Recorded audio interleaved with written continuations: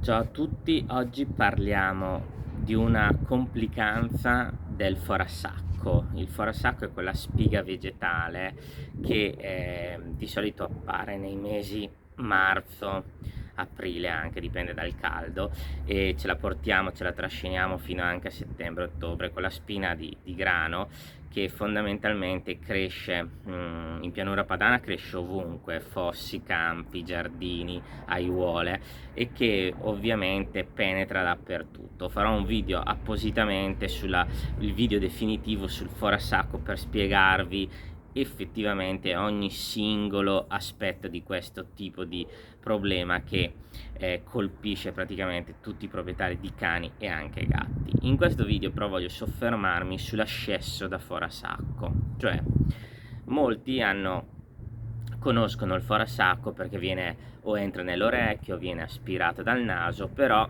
tranne quelli che poi hanno il cane che ha avuto un ascesso da forasacco, molti non hanno ancora compreso la pericolosità del forasacco quando riesce a penetrare la cute.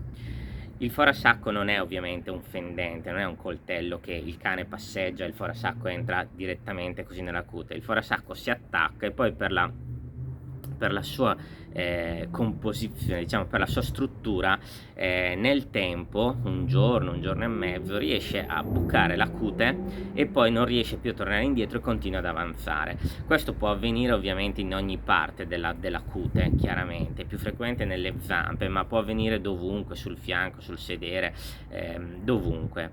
Il problema grosso è che questo video voglio soffermarmi sulla prevenzione di questo problema e quindi focalizzerò proprio sulla prevenzione. Il problema grosso è che una volta che entra poi si chiude chiaramente il foro d'ingresso e il cane vedrete che si leccherà perché gli dà fastidio. Il problema è che questo forasacco continua a salire, continua ad andare per tutto il sottocute e questo genera ovviamente un problema perché il forasacco non è ovviamente sterile, ha dei batteri e questi batteri all'interno del corpo creano delle fistole, creano degli ascessi e quindi fondamentalmente poi è necessario intervenire per rimuovere il forasacco e in alcune situazioni è molto complesso trovare il forasacco, non è sempre così semplice, ci sono delle situazioni descritte in cui il forasacco poi non si trova, ci sono dei tragitti fistolosi per tutto il corpo, quindi in questo video voglio soffermarmi su come prevenire questo benedetto ascesso fistola da forasacco. Voi dovete fare solo una cosa, semplicemente andate a fare la passeggiata col vostro cane e fondamentalmente quando fate le passeggiate la prima cosa da fare è evitare sti benedette zone con i forasacchi. Lo so che è difficile, so che per molti proprietari è impossibile, però cercate di evitare più che potete. Dopodiché, una volta fatto questo, che diciamo è la cosa migliore che possiate fare per il vostro portafoglio soprattutto, la seconda cosa da fare è quando tornate dalla passeggiata, controllare in ogni posto del vostro cane, soprattutto l'interdice, ma tutto il cane, controllare se c'è un forasacco e rimuoverlo immediatamente.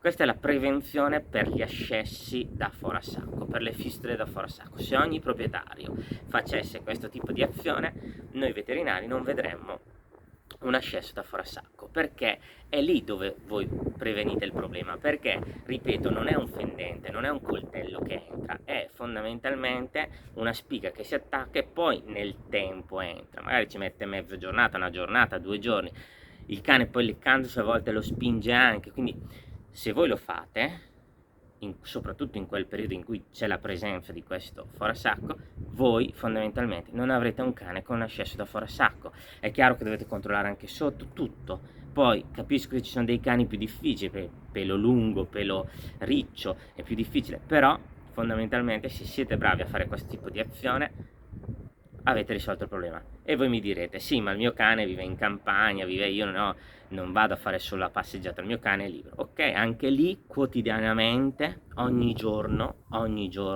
controllare e rimuovere i forasacchi. Perché mal che vada è entrato per un pezzettino e quindi lo riuscite a rimuovere. Però se lo fate tutti i giorni, questa cosa, vedrete che non avrete ascessi da forasacco. Cioè la prevenzione per l'ascesso da forasacco è controllare quotidianamente il cane e rimuovere i forasacchi che sono attaccati, semplicemente attaccati.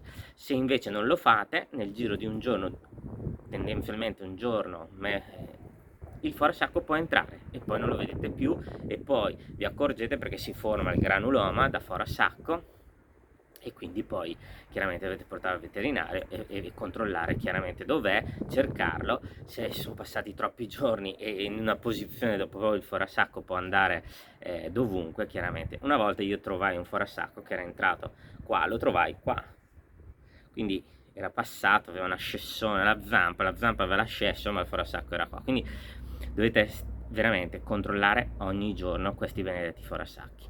Un saluto a tutti, al prossimo video.